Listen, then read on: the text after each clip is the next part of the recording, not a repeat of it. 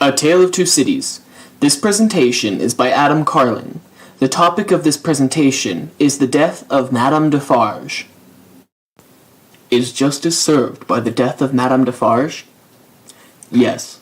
Her death was justice given to her for trying to harm innocent people who had nothing to do with her misfortune. Even in the story that convicts Darnay, we are told of the mercy Darnay's mother tried to show Madame Defarge. But this is all lost on Madame Defarge. Instead, she seeks only to destroy, and in return is destroyed herself. Did Madame Defarge have it coming to her?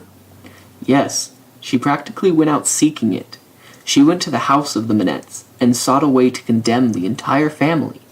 She was even given a chance to leave. It was not until she tried to force her way into the last room that Miss Pross stopped her. Even then, it was Madame Defarge's own gun that killed her. It was her attempt to take more life that led to her own being lost. Was the death of Madame Defarge what the reader wanted? No. Personally, I wanted Madame Defarge's head on a pike, and I wanted it to be displayed in front of the entire city, or have it cut off in the guillotine. At first, I hated the fact that Madame Defarge was able to get away with just dying alone in a room. Not only that, but she also died still firm in her belief that she was in the right, that she was justified in seeking the lives of innocent people for the wrongs of their fathers.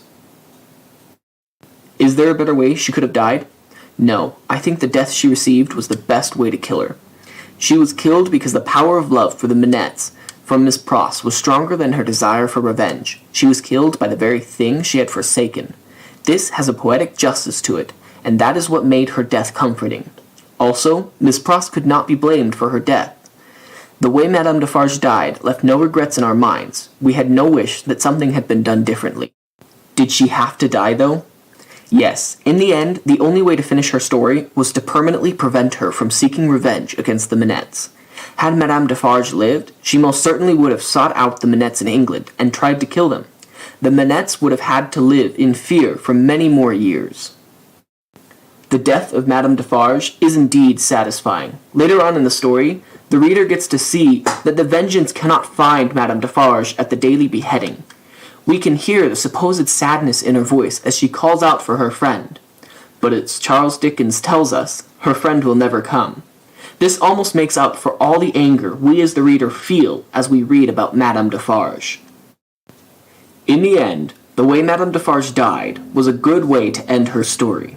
There was no injustice in her death, no one to blame but herself.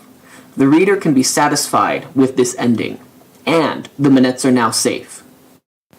All pictures are from Schmoop.com, Teresa DeLeo, LiebrechtMusicandArts.com, A Noise Within, Classical Theater, ModernMagic.com. Thank you.